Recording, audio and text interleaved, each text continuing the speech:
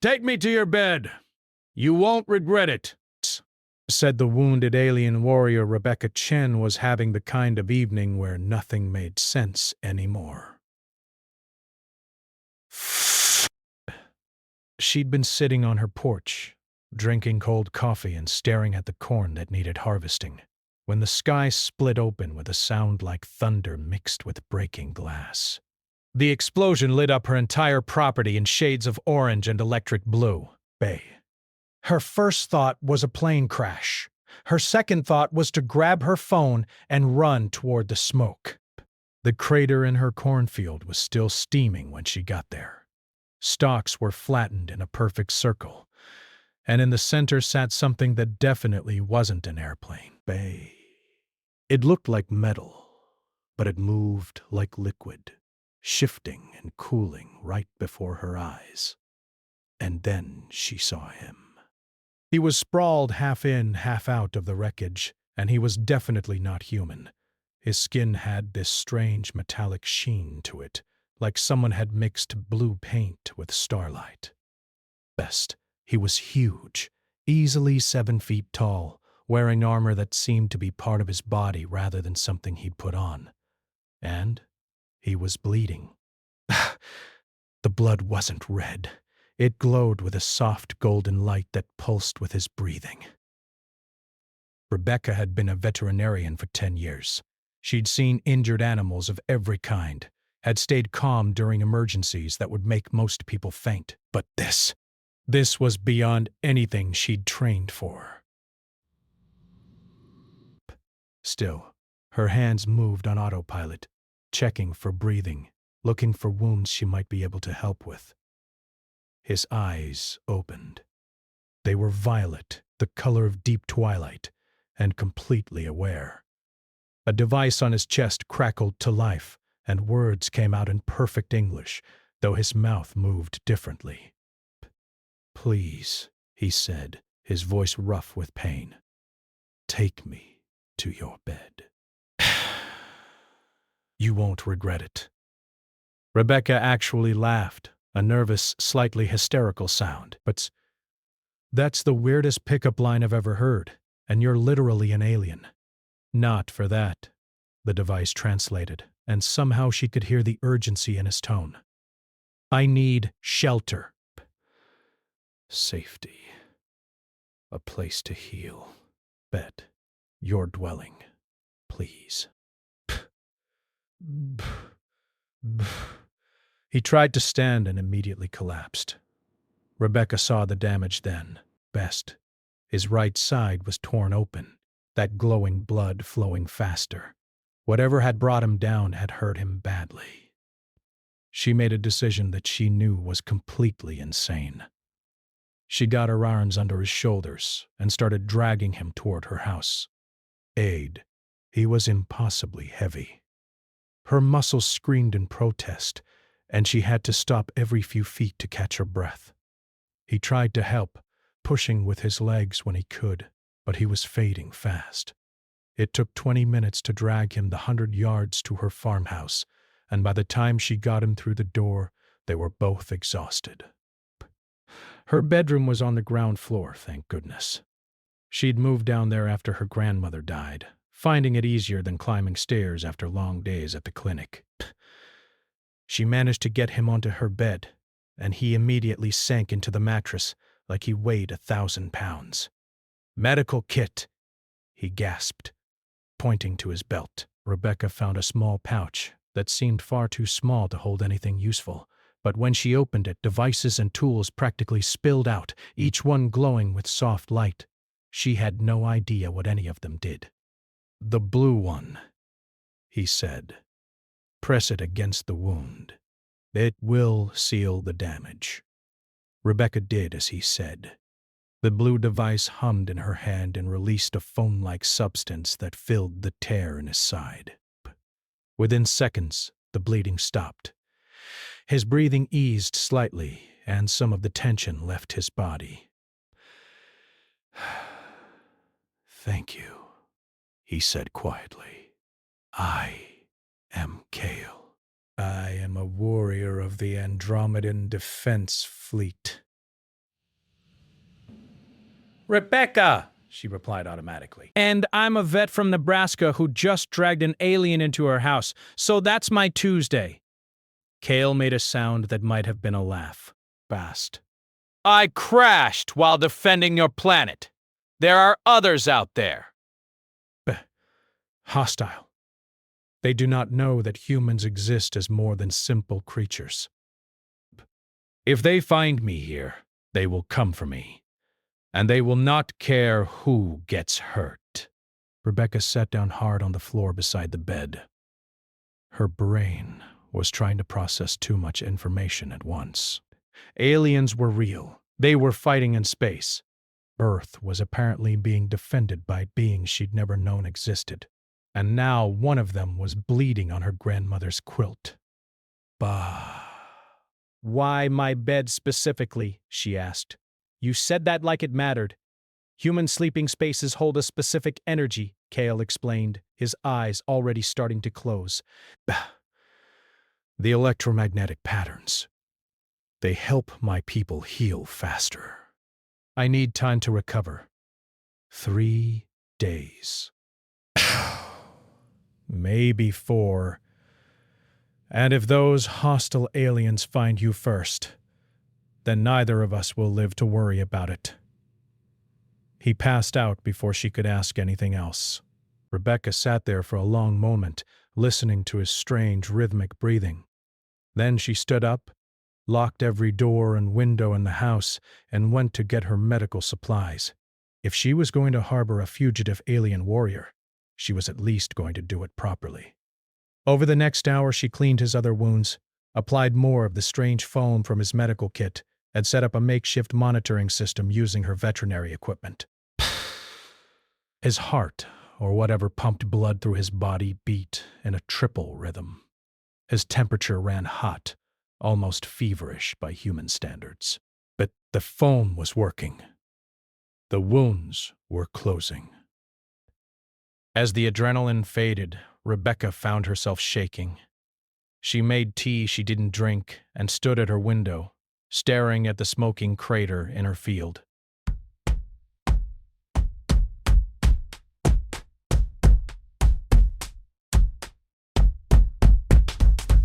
The government. The military. Somebody. She needed to have answers ready. More importantly, she needed to figure out what she'd just gotten herself into. In her bedroom, Kale slept, his alien features relaxed in unconsciousness. And outside, in the darkness beyond her porch light, something moved through her cornfield, searching. Rebecca didn't sleep that first night. She couldn't. Every sound made her jump, convinced that the hostile aliens Kale had mentioned were coming through her walls. She sat in her kitchen with a baseball bat across her lap, feeling ridiculous but unable to shake the fear. When dawn finally came, she was exhausted but wired on coffee and anxiety. Kale woke around noon. She heard him moving and rushed to the bedroom, not sure what to expect. He was sitting up, examining his wounds with careful attention. The glowing blood had stopped completely, and the tears in his skin had sealed into silvery scars. You heal fast, Rebecca said from the doorway. The foam accelerates cellular repair, Kale explained. And your bed is helping more than I expected. The energy here is strong. Best. Someone in your family had a connection to things beyond this world. Rebecca frowned. That's a weird thing to say about my grandma. I am serious. Kale's violet eyes met hers. This place has been marked. Protected. Your family was chosen long ago. Before Rebecca could ask what that meant, Kale stood up. He moved carefully, testing his strength, but he was steady on his feet. He was even taller standing up, and Rebecca had to tilt her head back to look at him properly. His armor seemed to shift and adjust to his movements, and she realized it was responding to his thoughts. I need to explain, Kale said. You deserve to know what you have saved. He told her everything, About the Andromedan Defense Fleet, a coalition of species that have been protecting Earth for over 300 years. About the hostile races that viewed humanity as a resource, either to enslave or consume. About the battles fought in the darkness of space that humans never saw, never knew about. About the crashed scout ships that governments recovered and kept secret. About the truth that Earth wasn't alone, and never had been. Why protect us? Rebecca asked. If we don't even know you exist, why bother? Because every species deserves the chance to grow, to reach the stars on their own terms, Kale said simply. Earth is young. Your people are loud and messy and beautiful in your chaos. You deserve time to learn who you are before others decide for you. Rebecca sat on the edge of the bed, her mind reeling. So what happened to you? Why did you crash? Kale's expression darkened. I was tracking a Zetherian scout ship. They are collectors. They consume the knowledge of other species by eating their neural tissue. They have been sending scouts to Earth for decades, testing defenses, studying humans. I engaged a scout near your orbital satellites.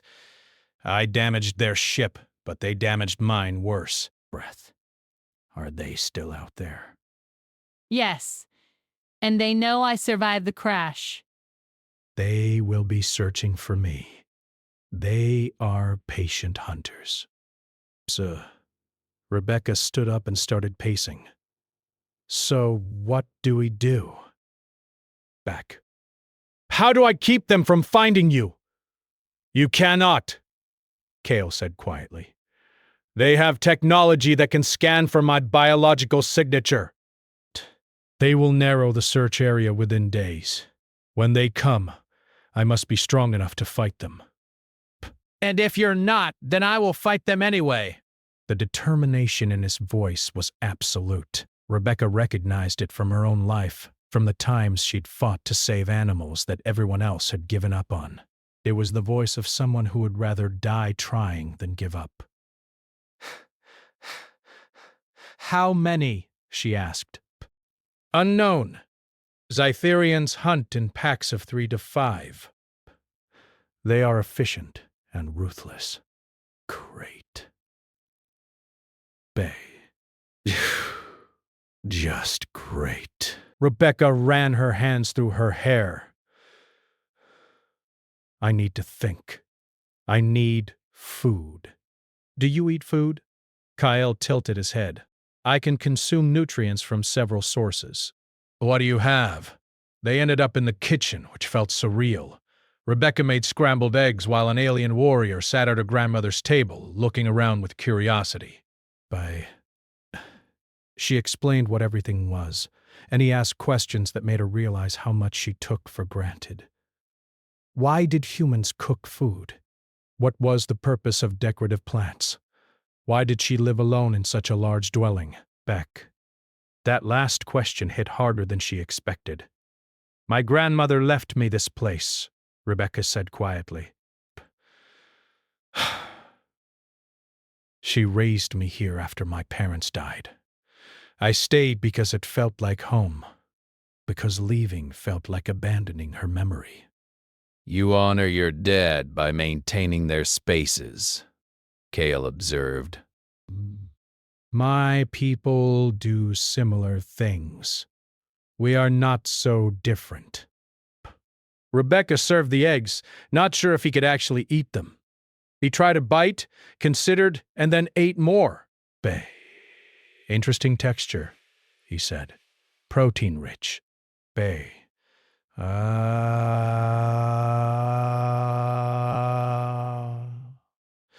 sat in comfortable silence for a while. Then Kale asked, Are you frightened of me? Rebecca thought about it honestly. A little, but I'm more frightened of what's coming for you. And I'm really frightened that I'm sitting here having breakfast with an alien like it's normal. Base. It will become normal, Kale said. It is one of your greatest strengths. You talk like you've studied us. I have, Bet. For 30 of your years, I have been part of Earth's defense fleet. I have watched your species from above. Your wars and your peace. Your destruction and your creation. You are endlessly fascinating. Rebecca felt heat rise to her cheeks. There was something in the way he said it, something that made her aware of how close they were sitting, how his eyes never left her face. She cleared her throat. Well, I'm glad we're fascinating. Makes me feel better about dragging you into my bedroom.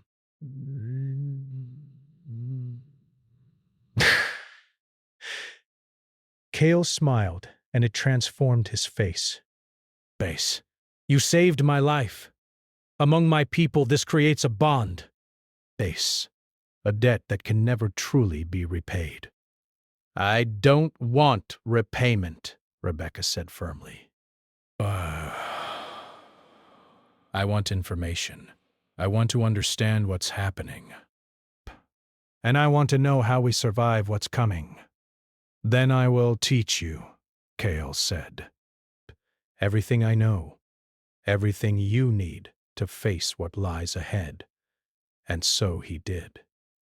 Over the next 2 days, Kale explained his technology, showed her how his weapons worked, taught her about the different species in the galaxy. Rebecca learned that the universe was far more crowded and dangerous than humanity realized. She learned about alliances and wars that had raged for thousands of years. She learned that Earth sat in a strategic location that made it valuable to multiple factions. But she also learned about Kale, about his life as a warrior, about the family he'd left behind on his homeworld, about the loneliness of fighting a war that no one acknowledged. They talked through the afternoon and into the evening, and Rebecca found herself drawn to this strange being who had crashed into her life. On the third night, as they sat on her porch watching the stars, Kale turned to her. They will come tomorrow, he said quietly. I can feel them getting closer. Tomorrow, everything changes. Rebecca nodded, her heart pounding. Then tonight, we prepare. The weapons were hidden in her barn. Rebecca hadn't known they existed until Kale limped out there on the third evening and pressed his hand against what looked like a normal wooden beam. The wood flickered like a hologram and disappeared, revealing a staircase leading down into darkness. What is this?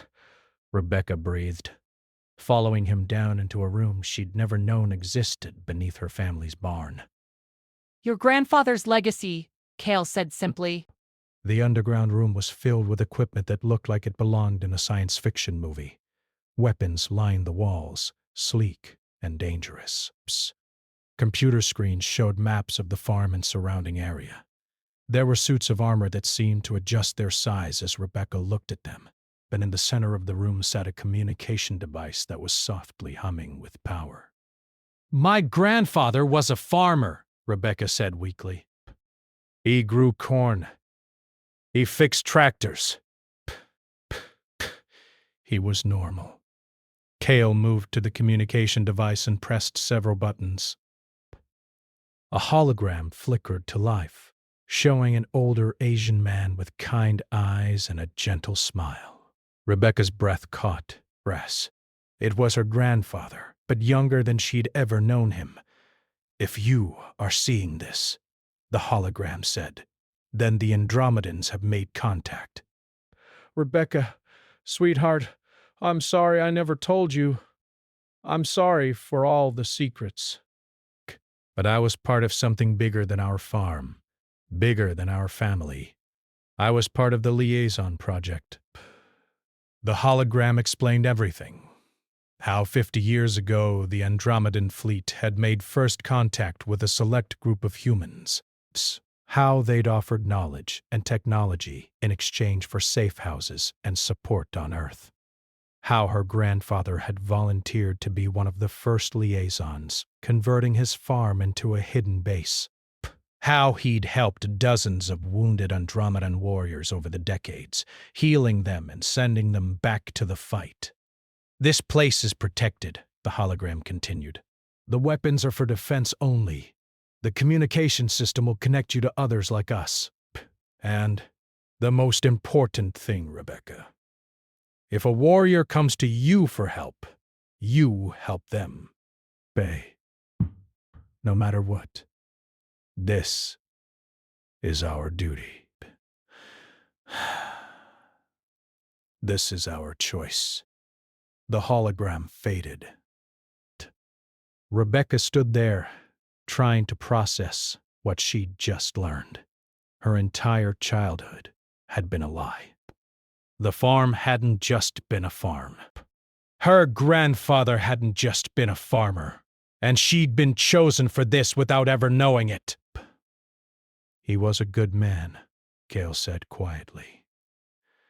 "I met him once, many years ago. He helped repair my ship after a battle. He asked about you constantly. Bay showed me pictures. He was proud of who you were becoming." Rebecca felt tears on her cheeks. He never told me. But all those years, and he never said a word.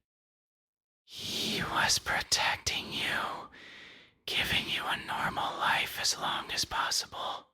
Well, that's over now, isn't it? Rebecca wiped her eyes and looked around the room with new determination. "Okay. You said they're coming tomorrow. Show me how to use these weapons." "Show me how to fight!" Cale hesitated. "Rebecca, these are trained hunters." "Soldiers. You are not." "No, I'm a veterinarian with a secret alien armory under her barn," Rebecca shot back. "So I guess I'm full of surprises. Now teach me." They spent hours in that underground room. Cale showed her how to charge and fire energy weapons, how to read the monitoring systems that watch the perimeter of her property, how to seal the house in an emergency using force fields her grandfather had installed.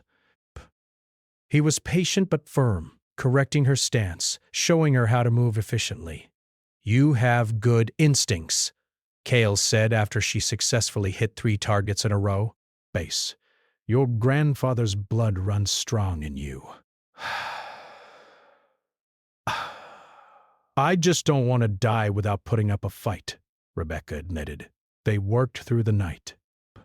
Rebecca learned that the suit of armor could adjust to fit her perfectly and would provide protection against most energy weapons.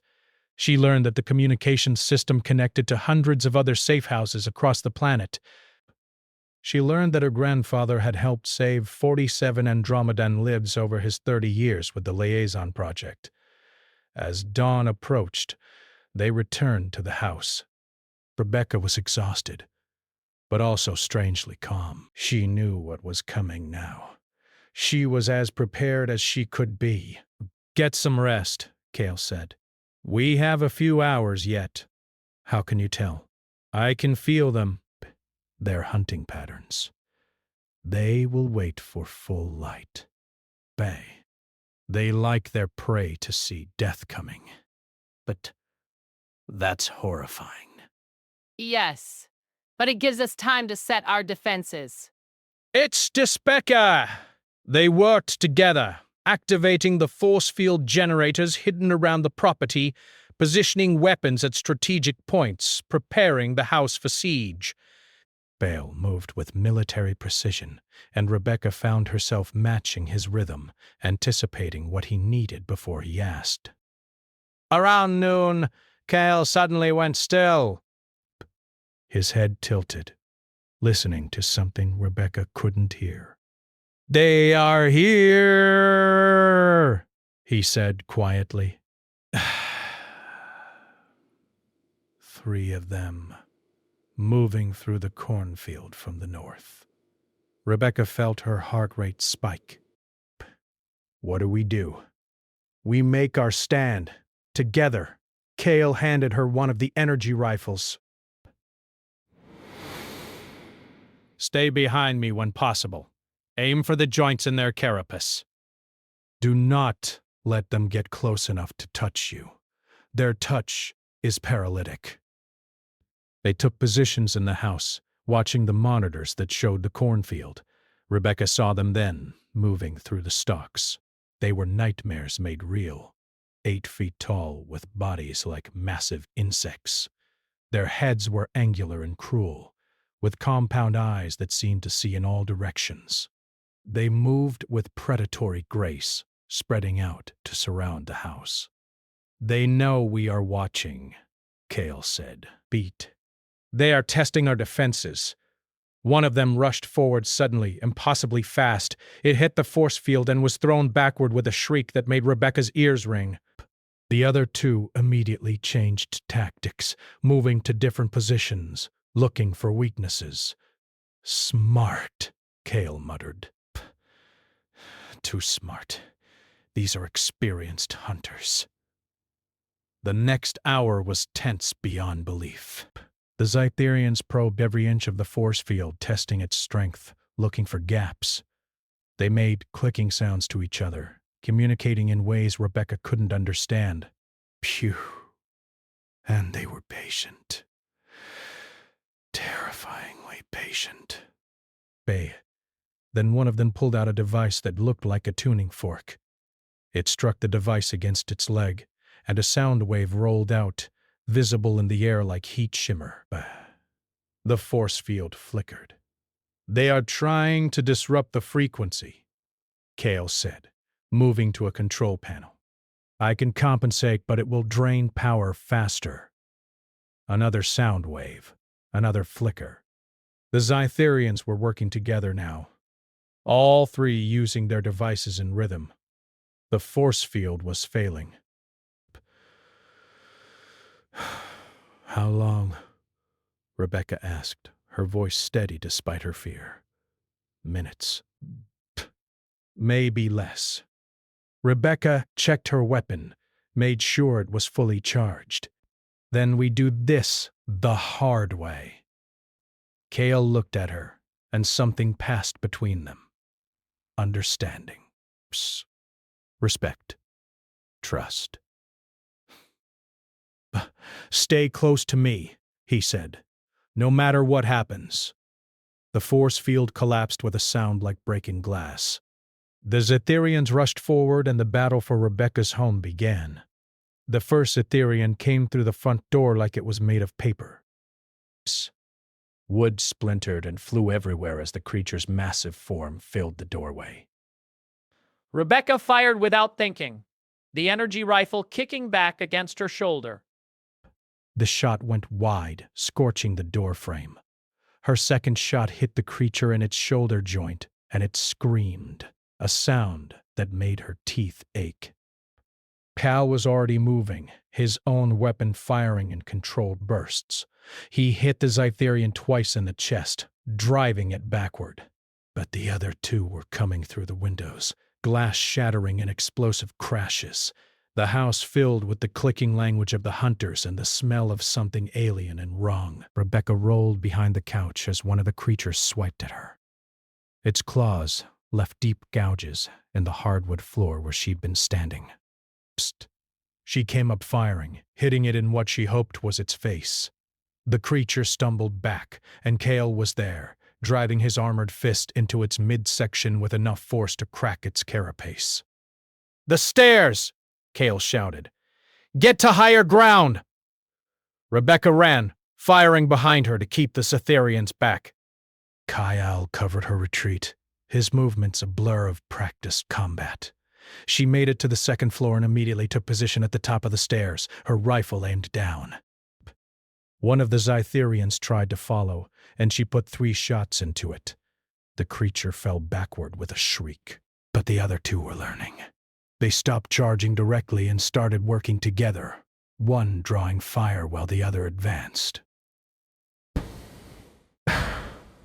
Rebecca saw the tactic too late. One of them made it to the second floor, moving so fast it was almost a blur. Its clawed hand reached for her, and she knew if it touched her skin, the paralytic venom would end the fight instantly. Kale crashed into the creature from the side, tackling it away from Rebecca.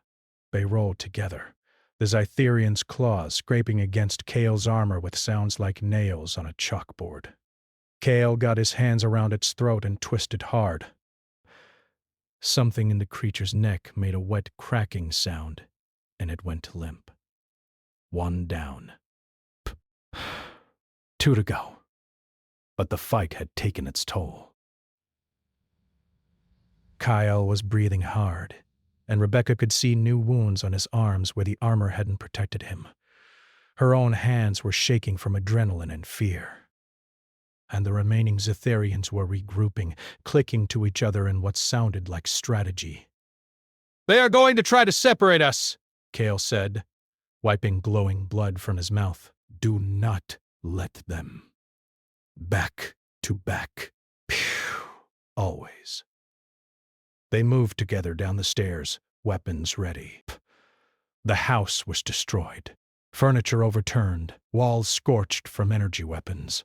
Her grandmother's pictures smashed on the floor. Rebecca felt a surge of anger that pushed past her fear. These things had invaded her home, destroyed her family's legacy. The Zytherians attacked from both sides simultaneously. Rebecca fired at the one coming from the kitchen, while Kale engaged the one coming through the living room. Her shots went wild at first, panic making her sloppy. But then she remembered Kale's training. Breathe. Aim. Fire. She hit the creature in the leg joint, then the shoulder. It slowed, but didn't stop.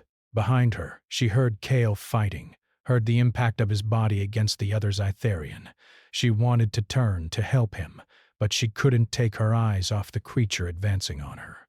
It was clicking something that sounded almost like laughter.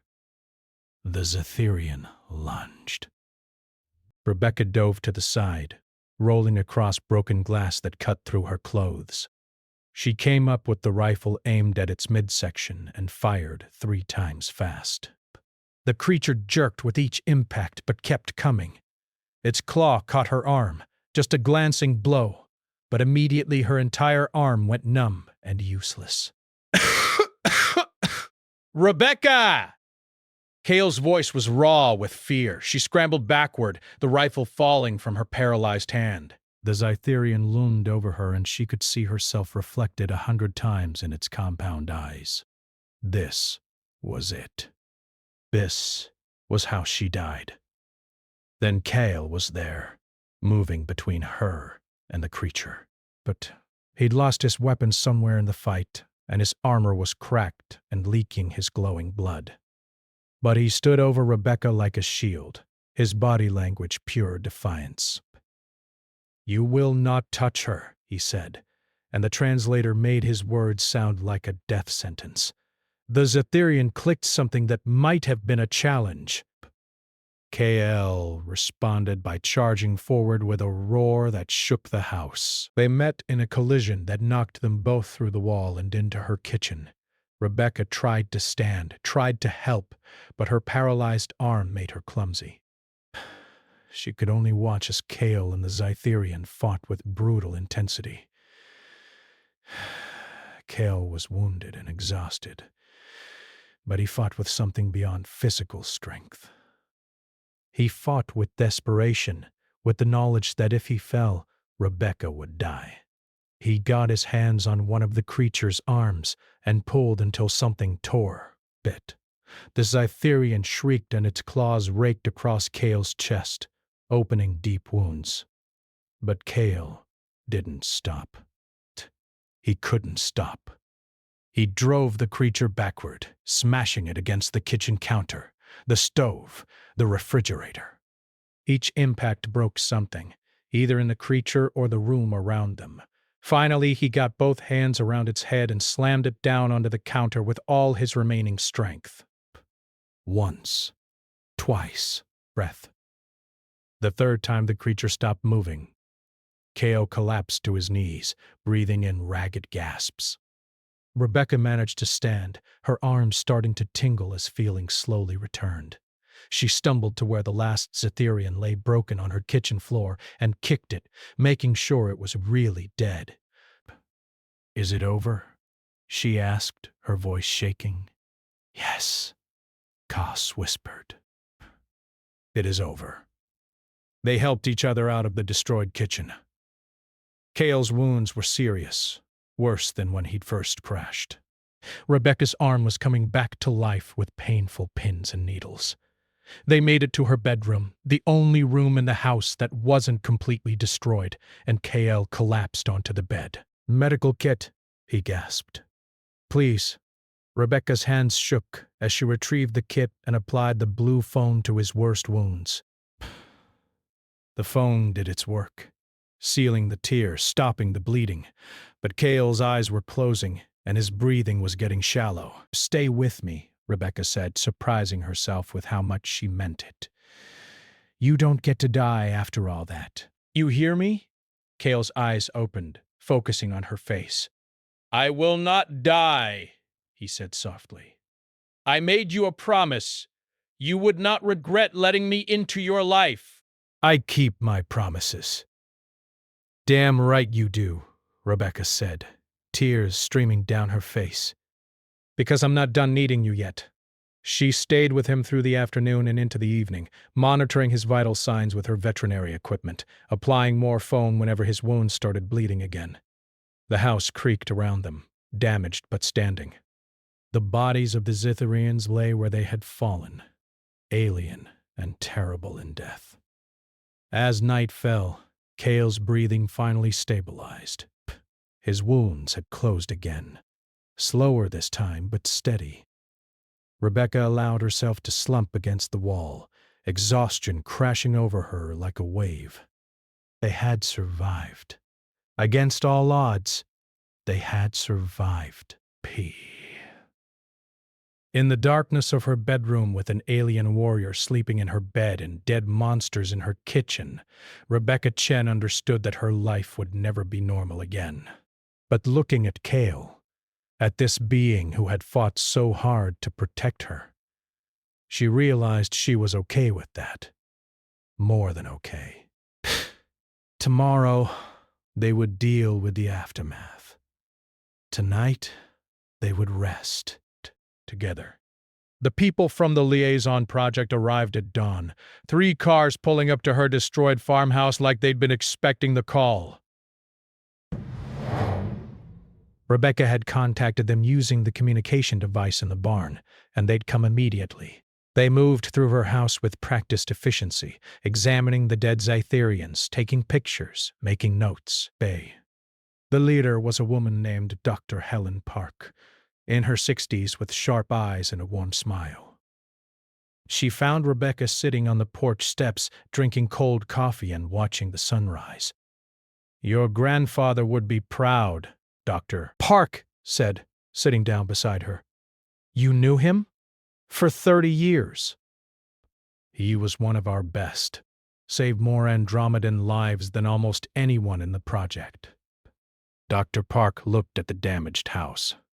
Bess. He prepared this place well.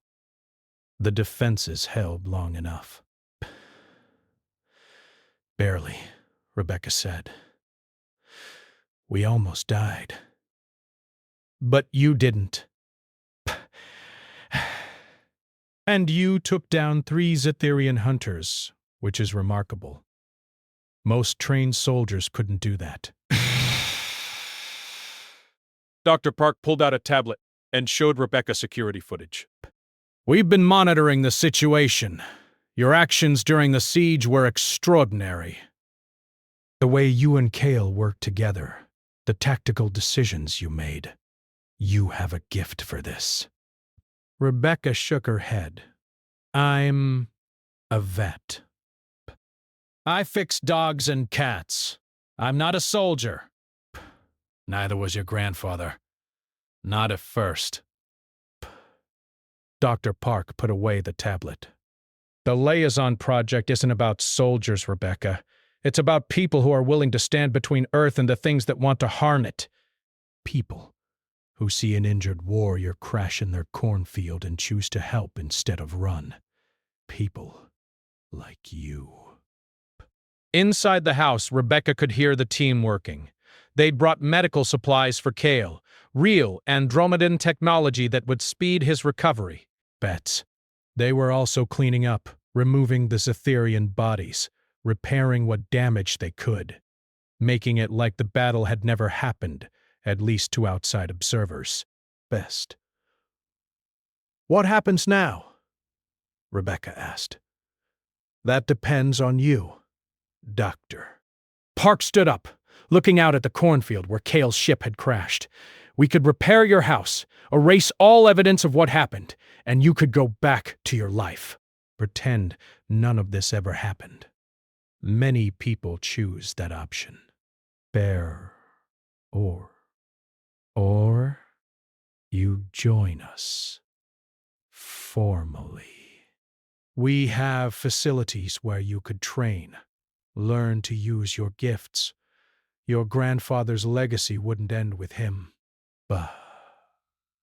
And honestly, after what we saw last night, we need people like you. The Andromedans are requesting that you specifically be offered a position. Rebecca thought about her clinic, about the animals waiting for her care, about her quiet life treating sick pets and avoiding complications.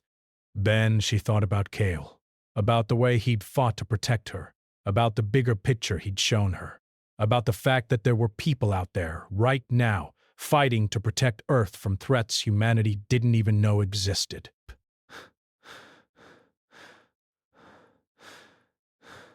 Can I think about it? She asked. Take your time. But Rebecca already knew her answer. She'd known it the moment she dragged an injured alien warrior into her house. She'd known it when she'd learned about her grandfather's secret life. She'd known it when she'd stood back to back with Kale and fought for their survival. She went inside and found Kyle. He was sitting up in bed, looking much better. The medical team had done good work. His wounds were almost completely healed, and his color had returned to that strange metallic blue she was starting to find normal. They offered you a position, Kale said. It wasn't a question. How did you know? Because the Andromedan fleet specifically requested it. I requested it. He stood up, moving carefully. You saved my life twice. You fought beside me like a trained warrior. You deserve to know the truth about the universe. You deserve to be part of the defense if you choose. Rebecca moved closer to him. What about you? What happens to you?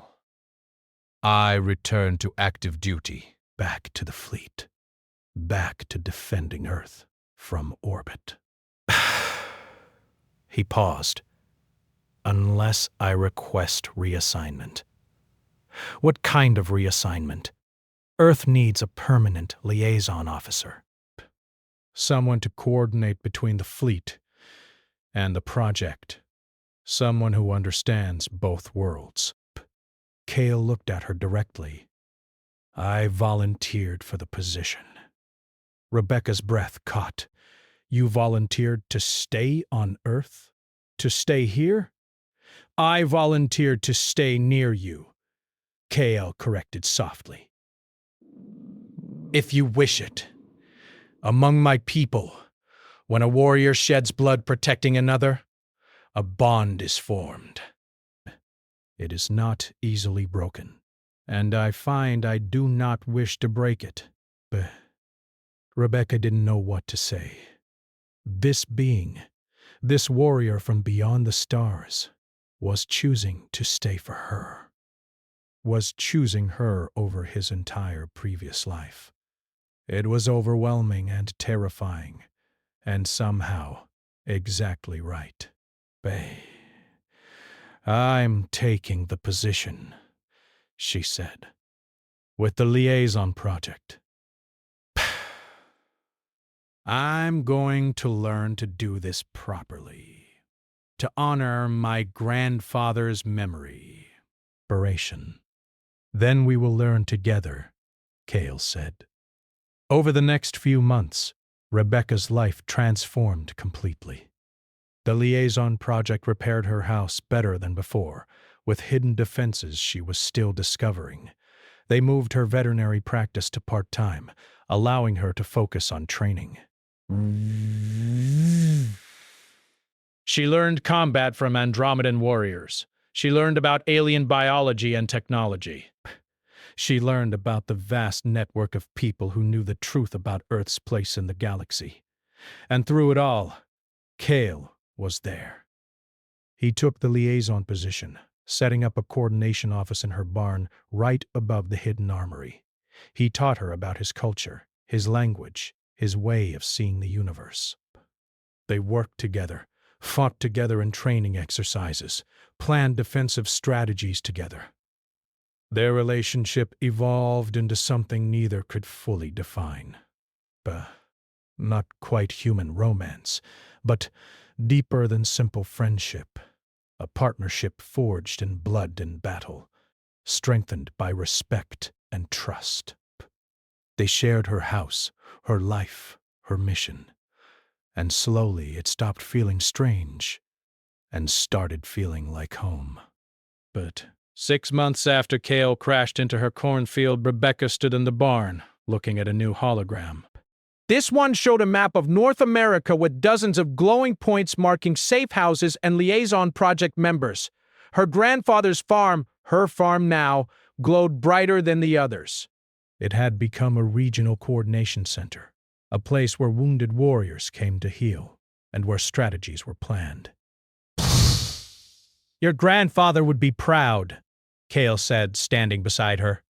I hope so, Rebecca replied. I'm doing my best. You are doing more than that. You are building something new, a bridge between our peoples. Rebecca looked at him, at this being who had crashed into her life and changed everything. When you first asked me to take you to my bed, this wasn't what I expected. Cale smiled, that expression that transformed his face. And do you regret it? Rebecca thought about her destroyed normal life, about the danger and the secrets and the impossibility of it all. Then she thought about the warriors they'd helped, about the difference they were making. About Cale beside her, steady and strong. Not for a single moment, she said honestly. Good, Cale replied. Because this is only the beginning. He was right. Messages were coming in from the fleet about new threats, new challenges. The war for Earth's survival continued in the darkness of space, and now Rebecca was part of it. She'd joined something bigger than herself, something that would demand everything she had to give. But she wasn't alone. She had the liaison project, had the other safe houses scattered across the planet. She had the Andromedan fleet watching from orbit. And most importantly, she had Cale, the warrior who'd crashed into her cornfield and changed her destiny. Together they stood in the barn and watched the holographic map, watching for the next crisis, the next warrior who would need shelter, the next threat to Earth. Rebecca Chen, small-town veterinarian turned defender of humanity, was ready. The universe was vast and dangerous and full of wonders she was only beginning to understand. And she couldn't wait to discover what came next.